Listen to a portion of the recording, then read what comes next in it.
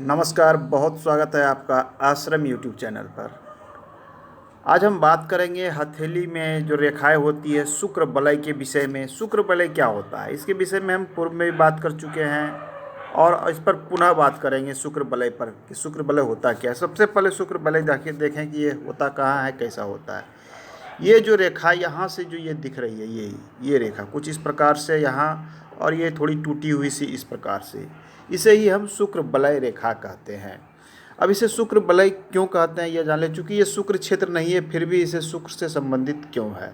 चूँकि इस रेखा का जो गुण होता है ये सारे गुण शुक्र से रिलेटेड होता है। शुक्र का गुण अर्थात शुक्र का होता है भौतिकवादी सोच विचार, मतलब अच्छे सुख सुविधापूर्ण रहना, अच्छा खाना, अच्छे जगह रहना, लोग उसे जाने, थोड़े तड़क भड़क में रहना, नाम कमाना, इस प्रकार की प्रवृत्ति शुक्र देता है। शुक्र का क्षेत्र होता है हमारा अंगूठे के नीचे वाला ये क्षेत्र। लेकिन ये इसे कहते हैं चूँकि इसका टोटल प्रवृत्ति जो है शुक्र से मिलता है, इसकी प्रवृत्ति मिलती है।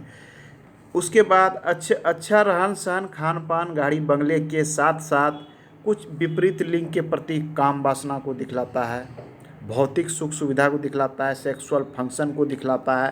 तो ये सभी चीज़ें शुक्र करती है। ठीक उसी प्रकार का फंक्शन इस रेखा का होता है।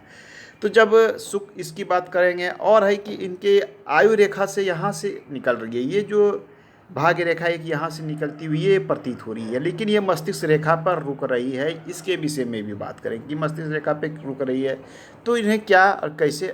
दूसरी एक रेखा यहाँ से निकलती हुई प्रतीत हो रही है और ये शनि पर जाती हुई लग रही है। ये इस प्रकार से ये रेखा हालांकि पतली है लेकिन शनि पर जाने वाली हर रेखा भाग्य रेखा ही कहलाती है। तो सबसे पहले शुक्र वलय जो इस हथेली में बन रही है वो शुक्र वलय की स्थिति अगर देखी जाए, चूँकि शुक्र वलय की स्थिति जब भी देखी जाती है तो हथेली के अन्य ग्रहों, अन्य रेखाओं को जोड़कर देखा जाता है। क्योंकि इसका इम्पैक्ट पॉजिटिव और निगेटिव दोनों होता है। तो इनके हथेली में जो शुक्र वलय दिख रहा है, अगर ग्रहों की स्थिति देखें, मस्तिष्क रेखा से जोड़ कर देखें तो मस्तिष्क रेखा नीचे की ओर जा रही है, बिल्कुल चंद्र की ओर। जब मस्तिष्क रेखा चंद्र की ओर जाती है तो चंद्र की ओर जाना एक प्रकार से शुक्र वलय के लिए शुभ नहीं माना जाता है। बैड इफेक्ट, इसका बुरा प्रभाव पड़ सकता है। हालांकि चंद्र पे कोई दोष युक्त सिंबल नहीं है इसलिए बुरा प्रभाव कम पड़ सकता है, लेकिन मानसिक स्थिति अपने सोच में सुधार लाना होगा। क्योंकि चंद्र पे जाने पे सेंसिटिविटी बढ़ा देती है, किसी भी चीज़ के विषय में सोचने विचारने की सेंसिटिविटी। कभी कभी ये डिप्रेशन को भी बढ़ा देती है अगर चंद्रमा निगेटिव स्थिति में हो। हालांकि यहाँ पे चंद्र निगेटिव स्थिति में बिल्कुल नहीं दिख रहा है। अब है कि ये शुक्र वलय यहाँ पे टूटा हुआ है। टूटा हुआ शुक्र वलय क्या कहता है?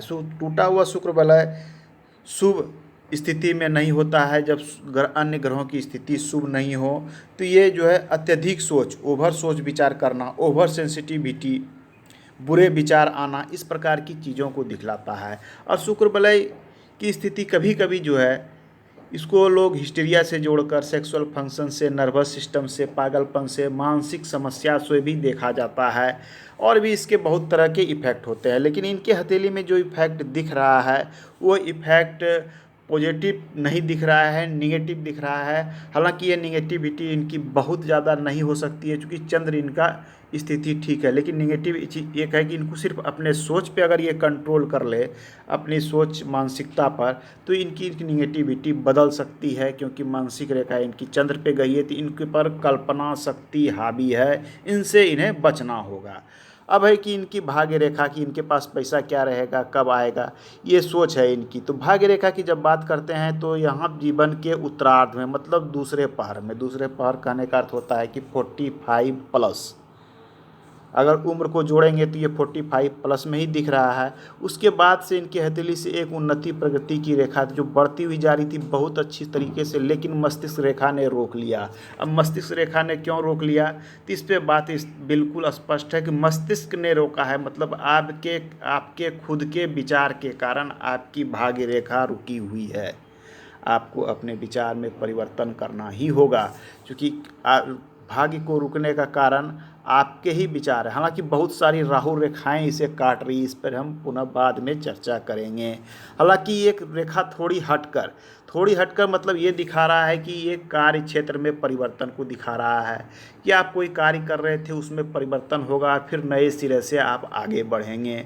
हालांकि शुक्र बलय उसे काटता सा प्रतीत हो रहा है, निगेटिव इफेक्ट पड़ेगा, लेकिन फिर भी भाग्य रेखा चंद्र शनि की ओर जा रहा है। क्योंकि शुक्र बलय जब यहाँ होता है तो शुक्र बलय शुक्र से संबंधित सुख सुविधाओं को दिखलाता है। जब सुख सुविधाओं को दिखलाता है तो उसके लिए धन अति आवश्यक होता है।